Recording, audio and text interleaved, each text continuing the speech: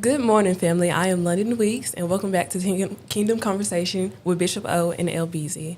I'm so excited to be back for week 2, and I had a great week, had a great service yesterday where Bishop preached about the battle of the mind, how the devil tries to attack our mind, to attack our thoughts, to attack our actions, and I'm just so excited to be back. But before we get started today, I want to leave you with a message that might change the perspective of your day. The word of the day is resilience. Resilience is the ability to keep moving when life tries to stop you. It's getting up one more time than you've been knocked down. It's standing when the storm says fall. It's believing when circumstances says quit. Somebody listening today has been carrying a heavy burden. You've been praying, waiting, fighting, and wondering if God still sees you. I came to tell you this morning, God has not forgotten your name, your prayer, or your purpose. Wow. The setback was not to destroy you, it was to develop you. The delay was not sent to deny you, it was sent to prepare you. The struggle was not sent to break you, it was sent to build you. Remember this, a setback is only a setup for a comeback when God is involved. The same God that brought you through yesterday is the same God that will carry you through today. Don't let a bad moment convince you that you have a bad life. Don't let a closed door make you forget about the God who can open doors no man can shut. So today, hold your head up, lift your faith up, keep your praise up, and never give your hopes up. Because your story isn't over. Your best days aren't behind you. And God is still writing chapters that will leave you amazed. Now get ready. Grab your coffee, call a friend, hit that share button, and invite someone into the conversation because today is going to be powerful. And now, it is my honor and privilege to introduce the host of Kingdom Conversation, a man who loves God, loves people, and isn't afraid to tell the truth with grace and power, Bishop Orlando Weeks. Thank you. Thank you. Good morning, family and friends. Welcome to Kingdom Conversation. We are glad you took the time out of your busy morning to join in with us. Amen. To have a glorious time. Listen, it is always good to have Kingdom Conversation. I don't know what your weekend looked like. I hope you had an amazing worship yesterday morning or evening, whenever time you took the time to worship God, wherever you took the time to worship Him at. I hope you got an amazing word from the man of God or woman of God who brought forth the word on yesterday. And I am so excited about this Monday morning, this day that's going to jumpstart your week. Kingdom Conversation. It's always good to have a positive conversation in such a time as this, where there's so much negativity. But today, listen, Kingdom Conversation is going to blow your mind. I have the privilege and the honor to have one of my friends, one of my church members, a man of God who I met some years back, and it seems like we've been knowing each other forever. But God has a way of bringing people in your path, amen, to make this Christian race just a little bit easier. I am privileged and honored again today to see him continue to grow in God and expand his business.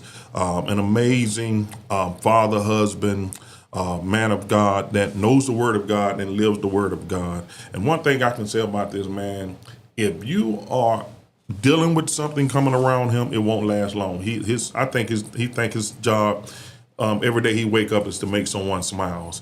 And I'm honored and privileged today, before we go on this break, just to talk about him and to let you know that, hey, buckle up, wherever you are, share this.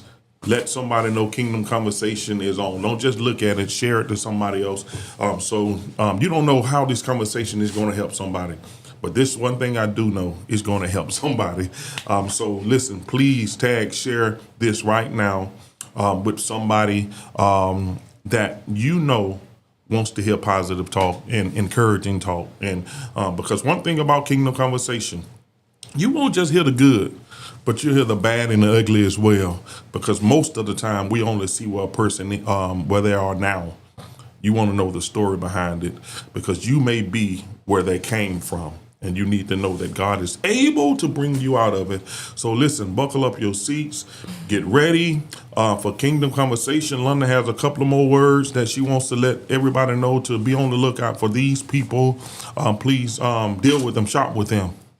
Yes, so starting off with our special guest today actually is Pivot Motion Pictures by Mr. Ron Brown. Ron Brown. Second up, we have Ced's 50 Shades of Sweets by Cedric Chisholm. You can hit him up at 205-358-5459. We have Norlux by Brittany Arrington Smith. You can hit her up at 228-382-8112. And last but not least, Leisha Sweet Treats by Miss Alicia McKenzie. You can hit her up at 205-335-0985. Amen. Listen, buckle up your seats. We're going to take a 2-minute break, and we're coming right back with Ron Brown. Y'all buckle up, y'all. Love y'all, family. See you in a minute.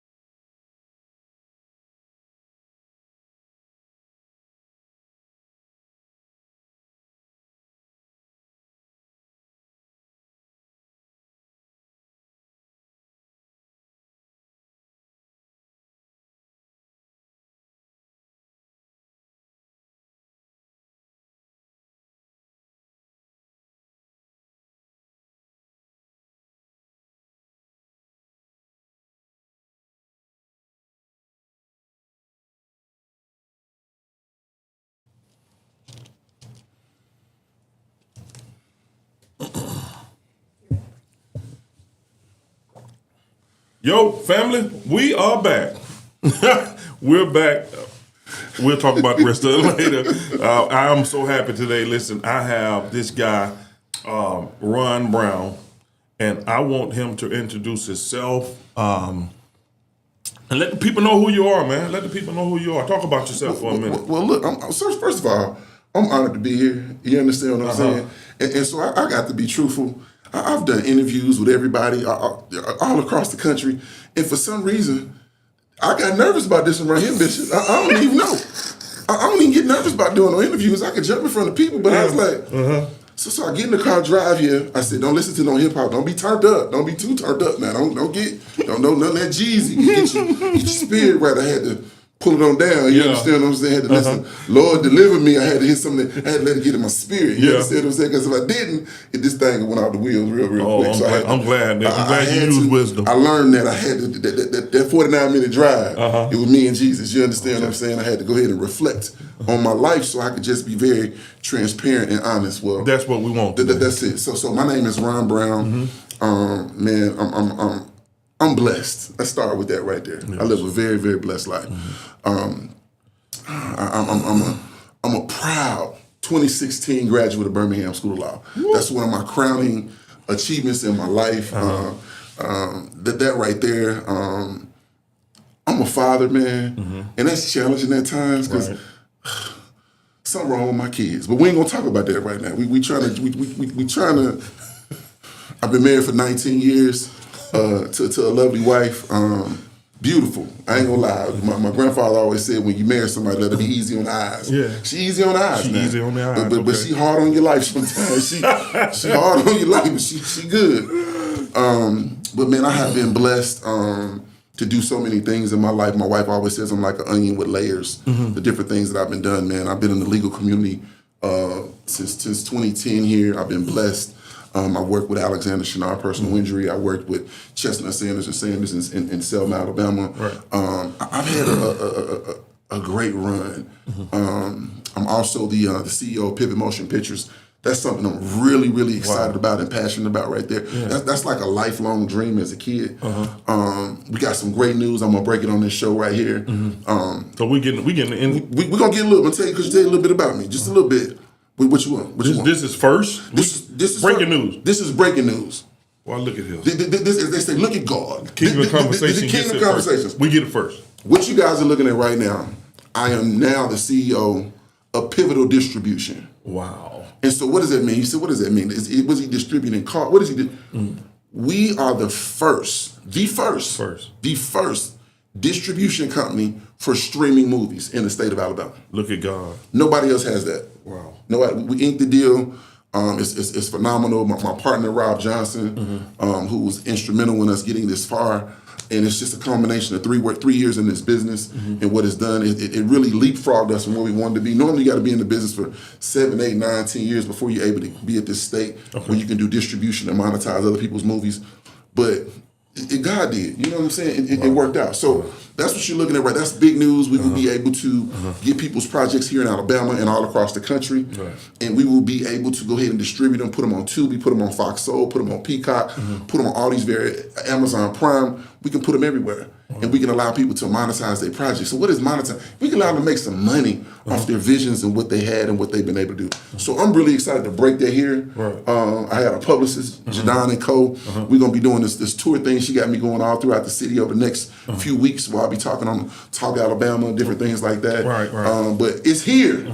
We brought it here first. Alabama. And so let me tell you something. I thought about this, and I'm going to shut up after this. No, I want you to talk. That's why we're here. We're here to talk. Alabama's not known for movies, right? At all. That's what I was just finna say. Everybody, the country. Right. Atlanta, yes. Hollywood, yes. Some things in New York, Alabama. You know what I said to myself when I was driving up here? I said, what type of crazy faith do you have to have a movie production company in a place that don't even do movies? Wow. Think about that. Crazy faith. You got to Think about that. We are not known for doing movies. You go 130 miles up to Atlanta, they're known for that. They got the peach on the movies. Tyler Perry's done his thing there. But that's not what we're known for. Right. And so for me to have a vision as a kid growing up, watching Star Wars and different things, E.T. and all those things, and to be able to sit here and make the movies that I want to make or be a part of projects that I want to be a part of, and just to be excited about it and see your vision come to fruition and see it on the screen. Right. So I'm going to brag a little bit. Millions of people have seen my projects. Right. Millions. Right. Millions. Men lie, women lie, kids lie. Numbers don't lie. Numbers don't lie. No. And Ron, that's one thing you even encouraged me yesterday at that service. Pastor Vine, Anthony Vine's always, it's a sad day when a dog can't wag his own tail. Ooh. I said, what? It's a sad day. It's a sad day. When a dog can't not wag his own tail. That's right. So watch this. You're not bragging on yourself. You're bragging on your God. That's it. Your God who has given you favor. And that's, every time I see you, I see favor. And it's one thing I know about you. Your favorite song is "God Is." You know I played it on the way up here. No, you didn't. Yes, I did. You cried? I had tears. Rolling. I already knew That's why I had the shades on when I jumped out the truck. It wasn't because I was trying to be cool. It was not because I was trying to be cool. Oh man. It was not. Yes. It's you have to have crazy faith, man, and that's why people. There are some miserable people in this world, and there are some grateful people in this world. Right. Miserable people love company. Absolutely. Right. And so when you come around, it's hard to be miserable and be around you. It's crazy because sometimes people think people that they use this word. He just acting like that because he got it together. He got this. No, they don't know the struggle. They don't, and that's one thing. Some people, when you tell your story, sometimes people be like, "Wow, I didn't know that." Right. And so I'm gonna say this: the joy of the Lord is your strength. Every time you think about how God has strengthened you, that's when your joy, and that's why you're just so happy and love life. I heard you say this, Ron. You said Tubi. You have movies already on Tubi. Absolutely. Why you ain't wag your tail? It ain't time yet. Wag it. We building it. Okay. building Not it. time yet. But I'm the big dog. I'm just drinking a little bit of water. I'm Okay. surveying the scene right now before we go out there. Uh-huh. But yes, we have movies on Tubi. We have probably about 7-8 projects on Tubi that we've done. I've executive produced. Wow. Then we also have hundreds of other titles that I'm responsible for. I used to be I was the managing partner of Dreamland Media. And so what we did is we got projects from people from Detroit, people from California, New York, and we put them on Tubi and monetize them. Wow. And so the way the distribution space works is you have to be a part of a distribution company before you can get your own. And so I had to take that step right there and step out on faith. Right. And we had a great run. And my partner came to me and tapped me and said, you know what, we don't need to be partners no more. And I said, why, what's wrong? He said, you was wrong. Wow. And I said, what you mean? He said, brother, it's time for you to fly. Did y'all hear that? Can I pause? Absolutely. A lot of times people think closed doors is a curse. Absolutely. No. This kingdom conversation. Yes. When we're operating in the midst of kingdom, we shout for open doors. Absolutely. How do we know that may not be the door that God opened? You know what's funny? That relationship came from a door that I thought was closed. You and I know, as me being in the movie space, when I first got in the movie space, I had a partner that was a little unsavory, and he tried to steal. We gonna throw the number 75. That's a word? This is unsavory. Unsavory. Copyrighted. It's unsavory. and he basically tried to take $75,000 from me as we got into this process right here. And that's one of the things that my faith had to come into, because I'm from the west side of Chicago. I'm gonna be honest with you. I ain't always, you know what I'm saying? I ain't always, you know, me and Jesus has always known each other. He knows of me. But there's times I wanted to forget I knew him and get out in them streets. You understand what I'm saying? I got you. And that was the first time in my life doing business where I consider myself a really good businessman. That, as they say, is sheep in wolves clothing. You understand what I'm saying? I thought this was my friend. I thought this was my brother. And they took that situation and twisted it in. And next thing I know, I was 75 in the hole. Wow. And so it takes a lot to make $75,000. I don't care who you are. It does. And it wasn't just the money, it was the premise of, you my brother, man. I love you, man. Right. Why this is where we at. Correct. But in doing that, God. God. And I was going to your church. And you was talking me through it. What church? The Word Christian Center. Okay. TWCC. Okay. Going to TWCC. You and First Lady. We actually went to a comedy show one night. sure You did. remember that? Yes, I do. And I was sitting there and I was looking at the lies of the texts about how he didn't have my money, and I knew he had my money. And I couldn't even laugh. Y'all didn't even laugh because I knew him to be cracking jokes. Right. There was no jokes to be cracked. Wow. That's what I wanted to crack right there. Lord. But Peter. boy, what you say? What you say? But I had to sit there and really leverage my life and say, was that worth that? Wow. And it wasn't an indictment of myself, because before I did what I did, I prayed to God. Come on. And I knew it was on God to get my money back, not on me. Come on. And so it was so funny. Yeah. The gentleman you interviewed last week, Sean Capps, that was my attorney in that deal right there. I sat down with Sean. And Sean said, I love you. We brothers. We went to the same law school together. He said, let me help you with this. Wow. And he said, let me make some calls. Let's how you want me to handle this? You want to get me. How you want me to handle this? And I said, I trust your judgment. And we did what we had to do, and within 90 days, I had all my money back. Wow. But it was something deeper with that. Come on. I pressed God. Wow. Because I remember sitting there talking to you one Sunday after church was over with, and I said, it hurt my heart. And there's something that's going to sound crazy to some of y'all. God said, if you gave it to him, you got to give your way out of it. And so you remember I sat there and I sowed that seed. So you did. And I said, I'm going to sow this seed to let God know that I believe him, because I know I prayed about what I did before I did it. Right. And I know that I wouldn't have done it if God didn't give me the okay to do it. And so in doing that and stretching myself, because that's what I knew God had, really, when my wife and I sat there and prayed in the bed about what we did before we did it. So it was no discomfort with it. But when I did it, I felt great. I felt like I was doing what I needed to do for my partner, for my brother. And it didn't go the way it was supposed to go. Wow. But we prayed about it and said, God, now we prayed to you and said, was this okay? And you gave us the okay. Right. Now, God, you got to make this thing right. We pressed him. And in pressing him, God showed out. Through that relationship, this gentleman who knew that individual knew of what was going on. Right. And he loved the way I handled myself. I didn't put my hands on nobody. I didn't show up in the office with no bats and all this and all that. I used the law. And in using the law, he had so much respect of how I got my money back. He said, I got to do business with you. Wow. Wow. He said, I have to do business with you.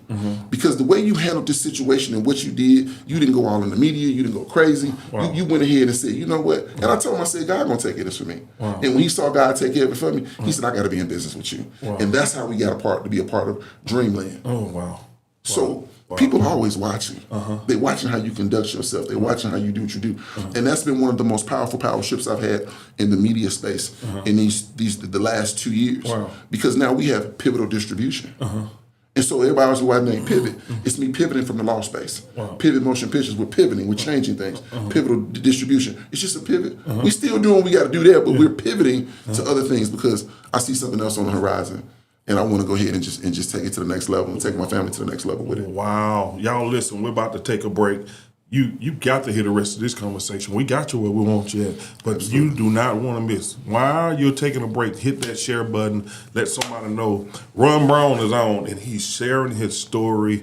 Pivot Motion Pictures, man. We're going to finish this conversation right from where we left off. But listen, take a break. Let somebody know. Please share this if you're watching. We'll be back in a minute. Absolutely. All right. Talk to y'all shortly.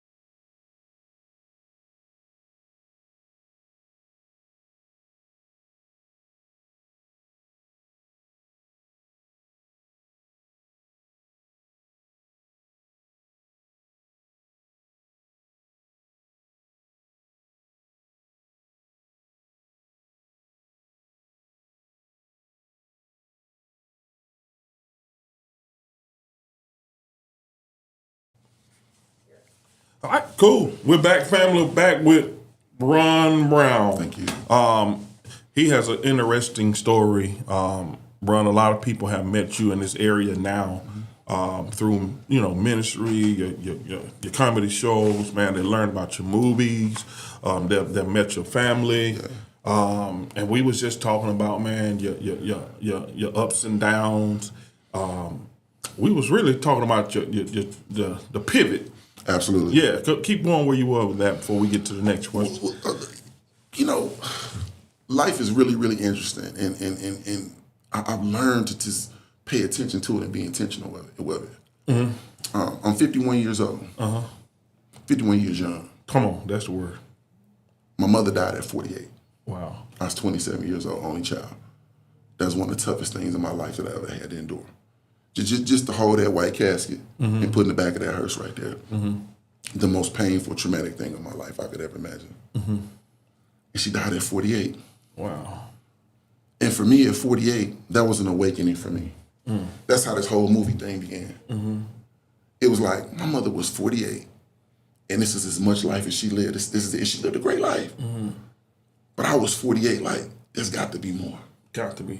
And so I said, what are my dreams, man? What am I asking? What's something I dream? What's something I love? I've always been an avid movie lover. I was the guy who, when DVDs, the releases would come out at Walmart, I would be there buying all the releases and buying them. And when my wife married me, I probably had over 1,000 DVDs. Wow. And that was our biggest thing. We moved, where we going to put these DVDs? And since then, the DVDs have switched from shoes. I'm a shoe addict right now. We share that in common. No, we don't. You got a problem. I just like it. You have a problem, sir. You know what? This ain't the place. This ain't the forum. We'll talk about that. That's we gonna do that. Yeah. He counsels me too, y'all. I ain't got it all the way there, y'all. We still. I'm a work in progress. That's one thing I love about him. He shake his head sometimes and say, "Lord, what you done gave me? What you done gave me?" But he stayed with you though. He stayed with you. I'm Stayed locked thankful in. for you. That's it. But she died at 48, man, and that. When I became 48, it just kind of shook me a little bit. And that was a hard time for me because I couldn't imagine leaving the world right now at 48 with my children and my wife and things still undone. So we tapped into this movie thing and we went in hard. And God blessed it. I'm going to tell you that, man. Even with that little pitfall, he blessed it. Our first movie was Please.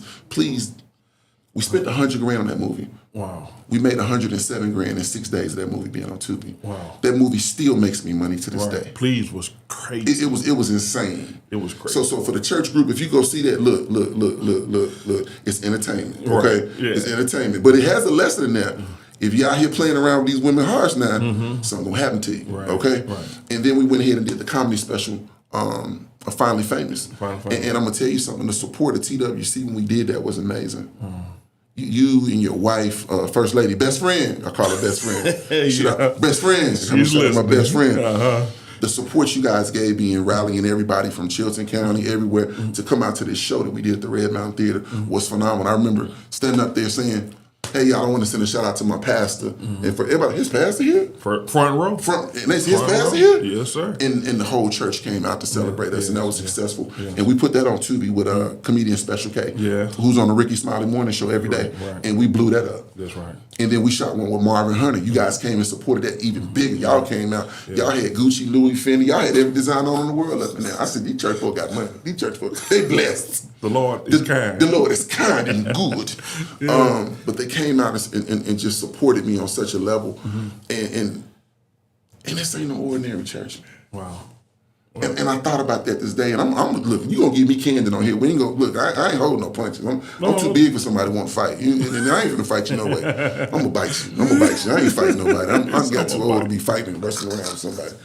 But I'm gonna tell you something about the church. It's not just a church; it's a community, and it's a community that lets you always hear "Come as you are." And I came as I came in. Not even wanting to be involved with church. And you know this, and I told you this. I didn't go to church for probably 3-4 years before I came to your church. You told me. Longer than that, actually.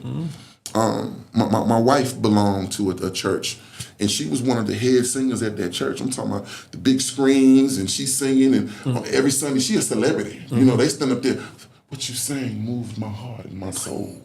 You're gifted. It's wonderful." And I love that for her because that was her exercising her gift in her ministry.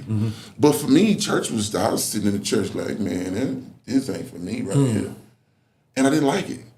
And that was the first time in my life I didn't like church. Wow. I didn't like it.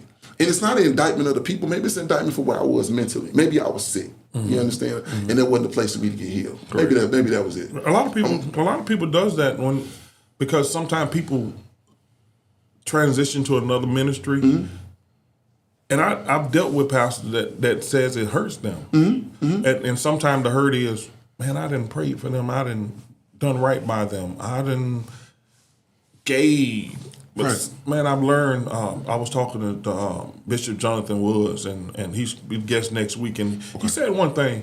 He said, sometimes you got to learn to let people go. Right. Let them go, and he says, and then you got to understand that God sometimes put people in your life for a season for you to plant a seed. Well, they wasn't even trying to hold me. They wasn't about letting go and hold. It just wasn't the fit. Right. For, Okay. you know what it was? I'm going to tell you like this. It's like I had a toothache sitting up there with I had a dental situation. I had a toothache sitting there with a heart surgeon. Wow. Does that make sense? I got a toothache, but I got a cardiologist trying to go ahead and do something. And that's not a knock to the ministry. It just wasn't your fit. That wasn't my thing. You understand what I'm saying? Gotcha. And so to quantify that, I grew up in Chicago. Catholicism, I was a Catholic. I was brought up Catholic. So I went to Catholic school my whole life. I went to Our Lady of Sorrows Grammar School, Holy Trinity High School. I brought up Catholicism. So I had the understanding of who God was. And one thing about Catholics, man, you know, this is when it get a little funny. One thing they got right, church is 45 minutes to an hour now. You know, you in and out like a bank robbery. I appreciated that on Sunday. I appreciated that. Yeah. And it's always cool in there, okay? The Catholic church cool. It's the biggest building on the block, but it's cool up in there. Good AC unit. I know they got trained AC units all through there, boy. It's cool up in there. Yeah. You understand? Ain't no church fan. You will never see a church fan in the Catholic church. What you say? What you say? Because in the Catholic Church, you got too much work to do. You know why? You got the kneel, you got the genuflect, you got the stand up, you got the hymn, you got the see. You can't work people like that to have in 100-degree weather. So you got to make sure they're right. They're gonna pass out. All of them gone. Think about that. You ain't never seen a church fan in the Catholic Church. Wow. Come on now. Now look, I ain't talking about no churches, but I'm just saying. You ain't never seen a church fan in the Catholic. They ain't never seen it. They figured that out. Think about how big the building. You know how much it costs for that AC to go all the way to the top of that steeple and then come on down and fall. Good Lord. Man, you super silly, But you understand what I'm saying? Yeah. And you be in the little building and you like a rotisserie chicken. Yeah. You understand what I'm saying? Y'all, I'm funny, so don't. A lot of y'all pastors ain't gonna let me come to y'all church. No, it's okay because I go to TWCC. It's okay. Right. He knows something wrong with me. Look. He knows something wrong with me. He knows something wrong with me. Oh man, listen, let's back up a minute. Let's back up because see, we talk about your business ventures. We talk about films. Let's back up to you growing up. Can you define the moment? I heard you said your mom transitioning to glory. What are some challenges that shaped you besides your mother passing to become the man that you are today?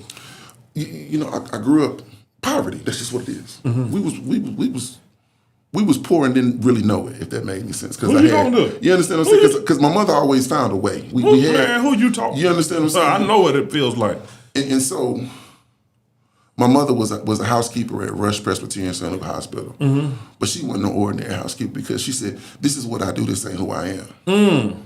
And so my mother was the woman who walked in the building who looked like she was an administrator. Put together. But was a housekeeper. Put together. And walked through the building, they looked at her like, oh, she must be somebody. And then she go down in the locker room and put on her maid uniform, her uniform, environmental service. That's what we called it up north. We cleaned it up a little bit. Right. And she would mop floors and clean patients' rooms, and she had her diamonds on and her jewelry. And they look at her and be like, what are you doing? Come on. But she always said, this ain't who I am. This is what I do to take care of my child. And I always learned that from her, that you got to look your best, you got to do your best. And in that process of her being who she is, she got to meet all the doctors and everybody knew who she was, and she eventually elevated herself to being the administrator in that hospital.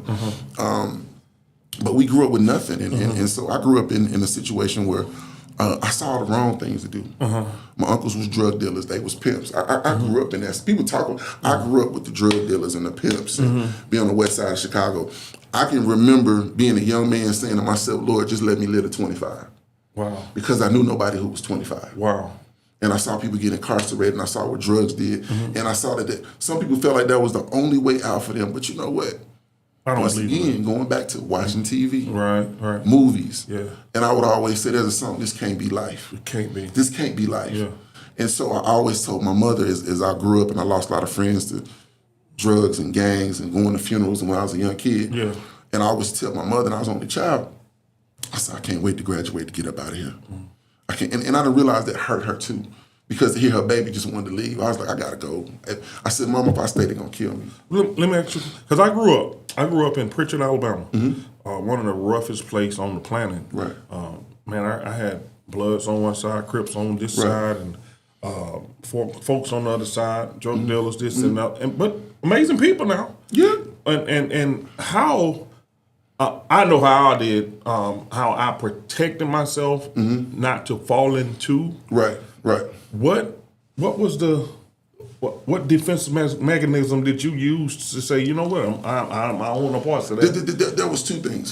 So my uncles, we talk about the Carter growing up in New Jack City. Correct. See, we had that building in the neighborhood that my uncles Okay. ran. So that was part of the protection, right? Because they knew that they was crazy and they didn't play about me. You understand what I'm saying? But number two, I was funny. Okay. And so number two, I could make everybody laugh. You understand what I'm saying? So when it got heated, I could crack some jokes and get enough space between everybody to get them laughing. And everybody, man, get up out of here, bro. Get up out of here, bro. Get up out of here. And so that's why I am at 50 plus years old. I understand the importance of laughter. And I am the importance that sometimes being funny saved my life a lot of days, man. Being funny saved my life when somebody about to rob. Dude was about to rob me one time. I'll never forget this. I'm walking down the street and the guy jumps out the bushes with a knife. And he said, "Give me your money and your shoes." And I looked at him and I said, "Man, if I let you rob me with that knife, man, they're going to be jumping out the bush with popsicle sticks, man. I can't let you. You got to have a gun or something. You got to be a better robber than this. Your robbing skills have got to move to another level besides you jump. It's a little butter knife, too. It's one of them, one of them little knives." Right. I said, "I can't even let you do me like that. Right. I can't. How much money you need?" Yeah. And he looked at me and said, "I cannot believe I got a knife on this dude. You got, man, I can't even go home and tell my folks I had a knife, man. You had no pistol." Right. I said, "Now I got to lie I got to lie how you robbed me just to make this situation fit." Right. Man, come on, man. You having a conversation with him, he got a knife. He got a knife. And he just looked at me and I guess he just said, I ain't had nothing no way. He was just going to be practicing. But just, it's the point. Right. That laughter is so good for the soul. And I think as a country right now, we take ourselves so seriously. Right. And some stuff just needs to be laughed at, man. Wow. Now, those are low points. Like every successful person has a chapter in their life that, typically they post on social media where it looks like the sun is always shining Right. in their life. What was one of the darkest seasons of your life, and how did you make it through it, Ron? One of the darkest seasons. The darkest season, it's a few of them. One of the biggest ones for me is when I met my wife in 2006, 2007. You couldn't tell me nothing about myself. I owned a mortgage company called Southcourt Mortgage, and I was living the dream. Come on. You could, man, cars, houses. I was living the dream. And I met this young lady, and I said, "Babe, I'm gonna make your life so good. It's gonna be good. You picking the right one, baby. This, I got you. You got the right one, That's what baby." I'm trying to tell you. I was like, you can have whatever you like. You know what I'm saying? I was like T.I. I was like, Yeah. And we got married. After 3 months after dating, we got married. And once we got married, all hell broke loose in my life. Everything I worked for, the houses, the cars, the stability, it all went away in a matter of a couple of years because the mortgage business crashed. And you can't go from making $40,000, $50,000 a month to doing that with a regular job every single day. No. You can't. You can't. That's your monthly salary is what people make Making a year. And you build your life like that. My wife and I were talking the other day. It's been 19 years since then. My mortgage was $4,800 19 years ago. That's how. And I went to church. I went to a church called Divine Faith, Divine Faith Ministries in Jonesboro, Georgia. Bishop Donnell Battle, and I credit him with sculpting my faith because I had faith, but I credit him with sculpting my faith. And I was a faithful tither. I went to church I went to church Wednesday and Sunday without fail. That's one thing I got my wife with is when she met me, we had a date on Wednesday, and I said, "Look, I'm having a good time with you, but I got to go to service at Wednesday. I have a covenant with God. I ain't missed service in 2 years on Wednesday because Wednesday's the hardest day to go if you're a businessman. Correct. Sunday easy because you off, but Wednesday was hard for me, Wow. and that was a sacrifice. And so she went with me that first Wednesday service, and we never looked back. But I tithed, I did what I was supposed to. I was a steward. I was in church. I did, and everything was crumbling around me, man. We lost the houses. We was losing the cars. I was hiding my. It was so bad. I was hiding my truck. I remember the woman on the phone said, "Mr. Brown, can you please tell us what his car at?" Okay. I wouldn't give it up. Yeah. And I ain't talking about cars. I'm talking about cars. Yeah. The repo man. Yeah. I went through that when I first got to Alabama. They repossessed the car. I got a good friend, Alexander Chanel. I love him to death. And they repoed my car. And I told him about it. He said, "What you mean they just came and took it?" I said, "Yeah, that's what they do when you don't pay for it." He said, "They came and took it." I'm like, "Yeah, you don't just turn it in. They come take it. They come take it. Yeah. Yeah. And so we went through that series of my life, and I went through questioning my manhood as a man. I couldn't provide for my family. Dealing with every issue you can imagine, child support, all these issues, man, just being at the bottom, man. So imagine the bank that they used to come and bring you. See, when you get a little money now, I'm telling you, they treat you a little different, you get a little money now. I don't care what nobody say.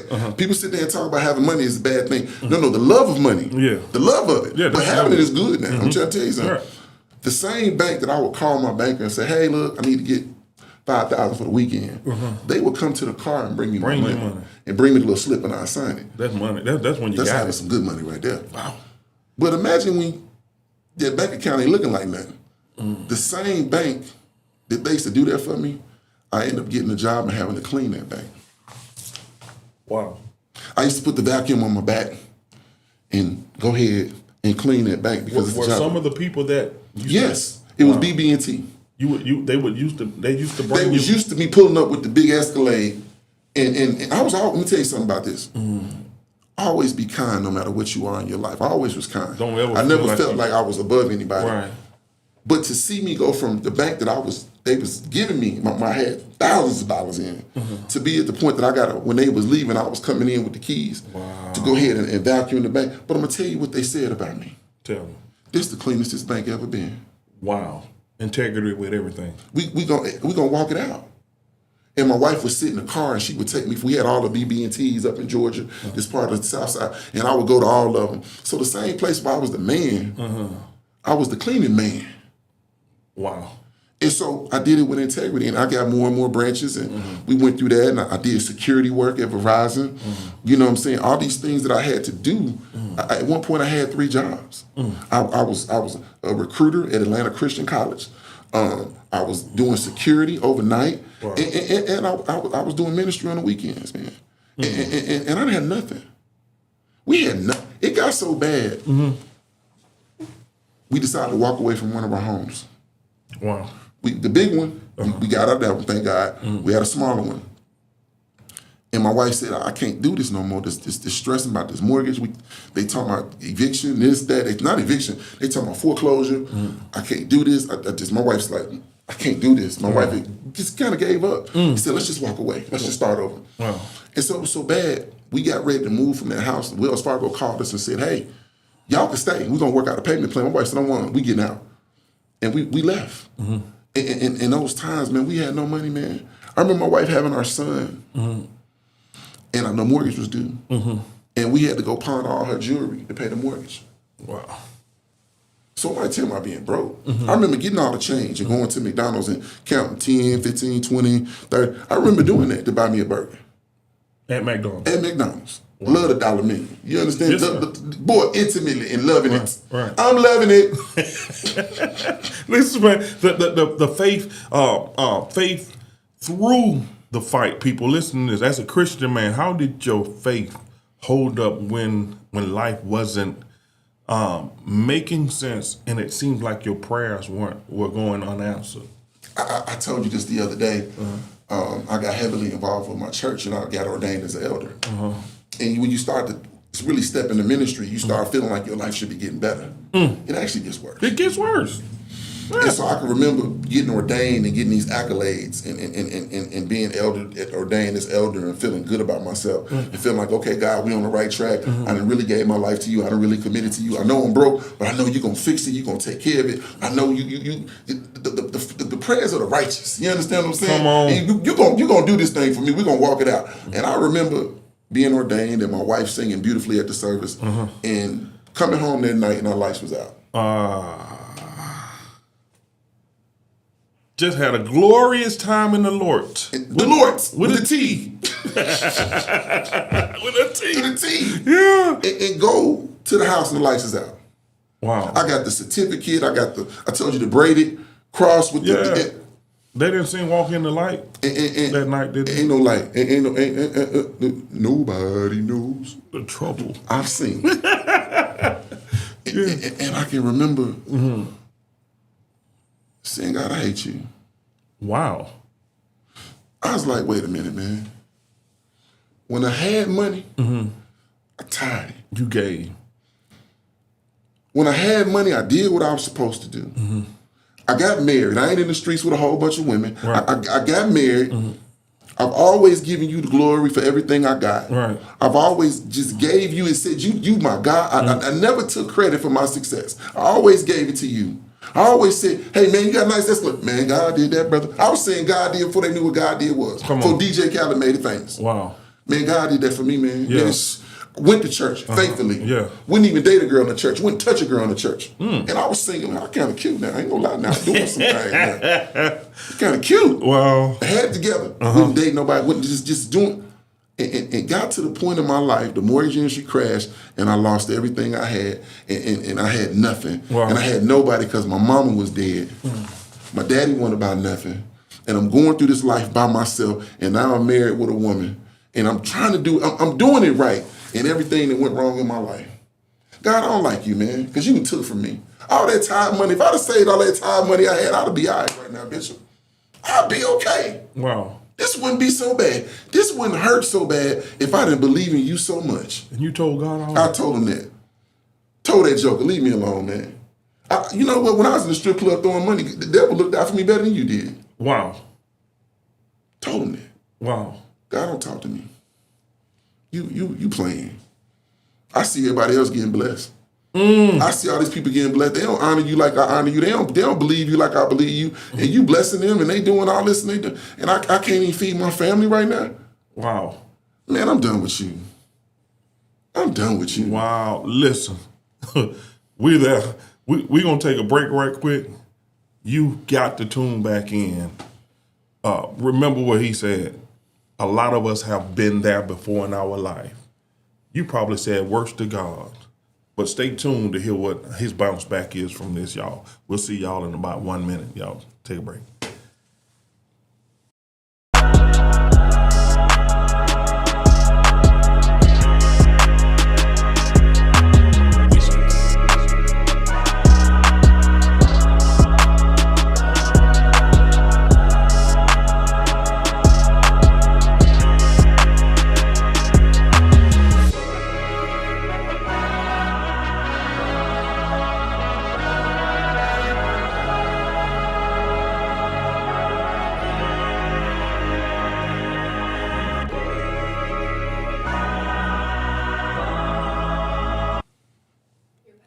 All right, we're back here with Ron Brown. Listen, we just took a break. Ron was having a conversation with God like most of us have had.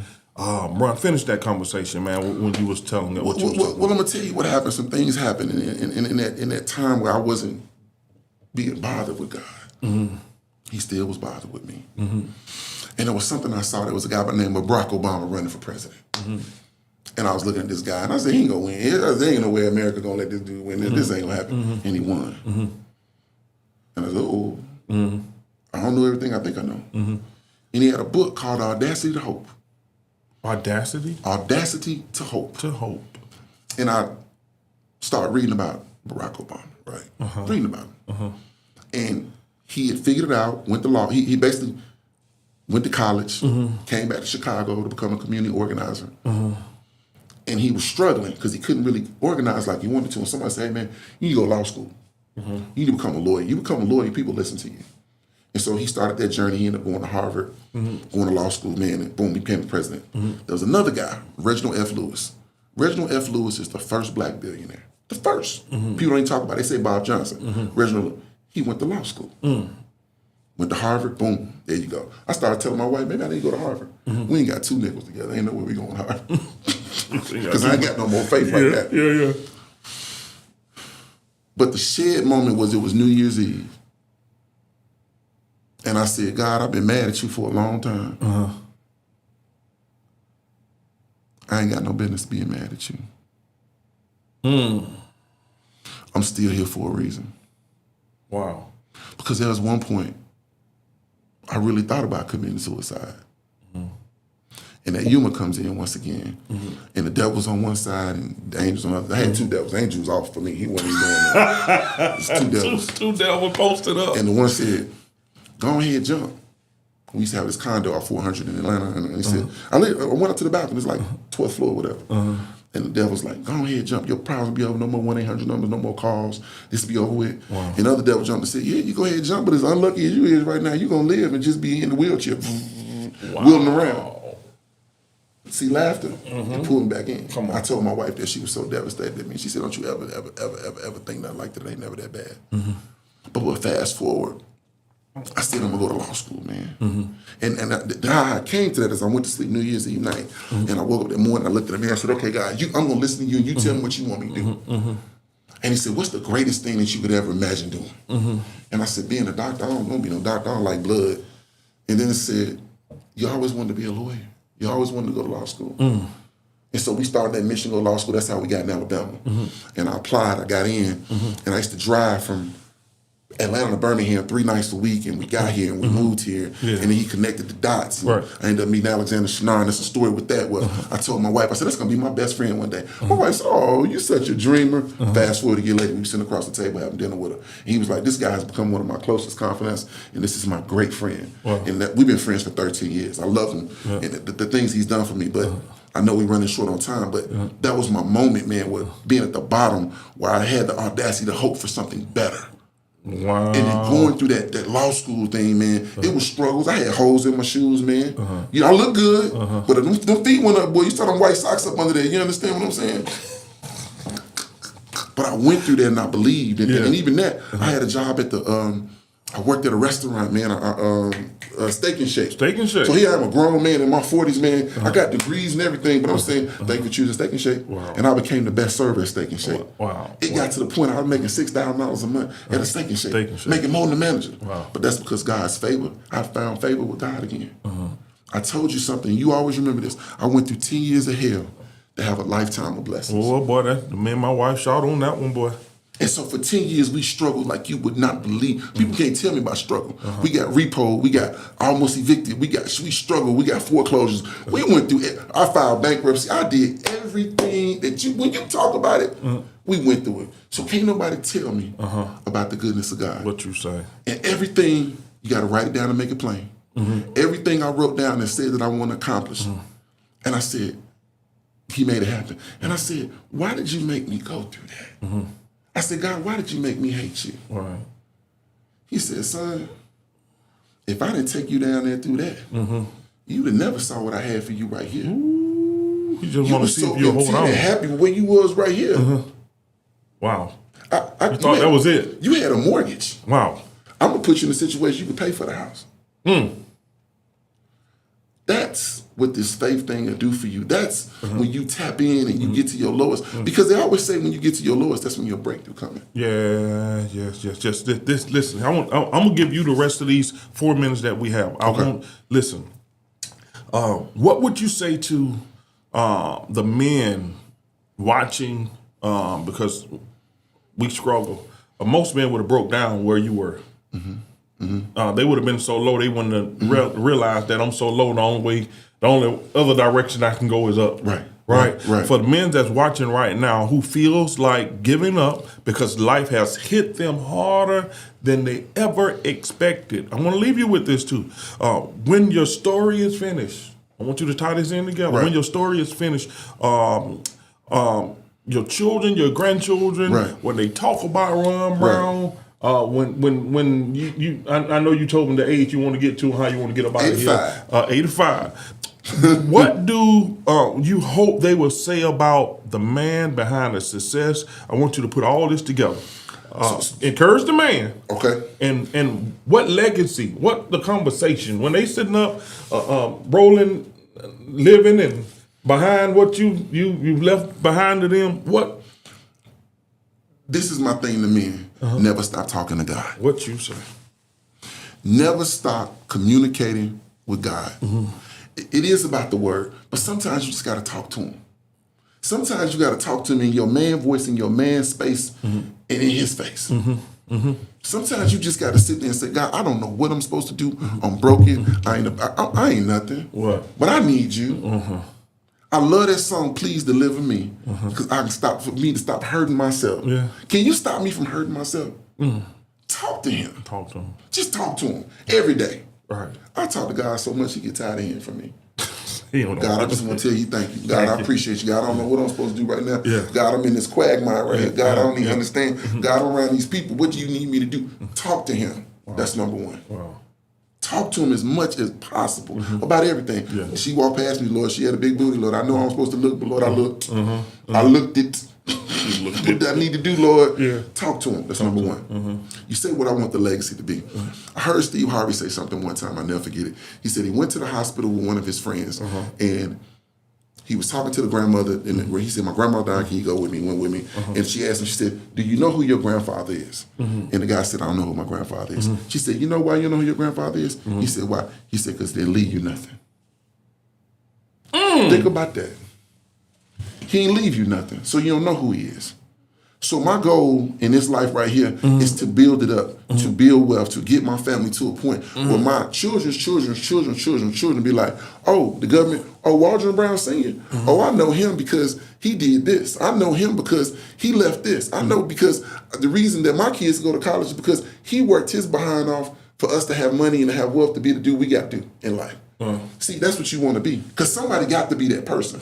Somebody got to decide they're going to be the person to break every chain.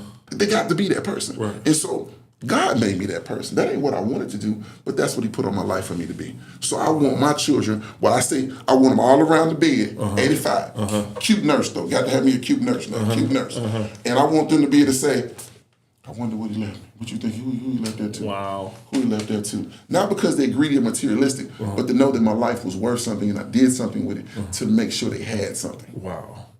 And then I'm going to say this to you. People get life insurance. Don't have your family out here doing a GoFundMe for you. You need to mourn the right way and not trying to figure out how to bury nobody. Wow. Thank you, Ron. Man, I had an amazing time with you. And I don't even sell life insurance, Bishop. You put it out there. Listen, this is Kingdom Conversation with Bishop O and LBZ, and I'm honored and thankful. Thank you, Ron, for coming through today, thank man, you. and blessing the house. And listen, please like, share this, and we'll see y'all next Monday, same time, 9:00 a.m. Listen, I love y'all. This is Bishop O. Remember this, God is just a conversation away, so talk to him. Love y'all. See y'all next Monday. Man, Peace. thank you, Bishop. Yes, bless you, man. Thank you. Come on, bro.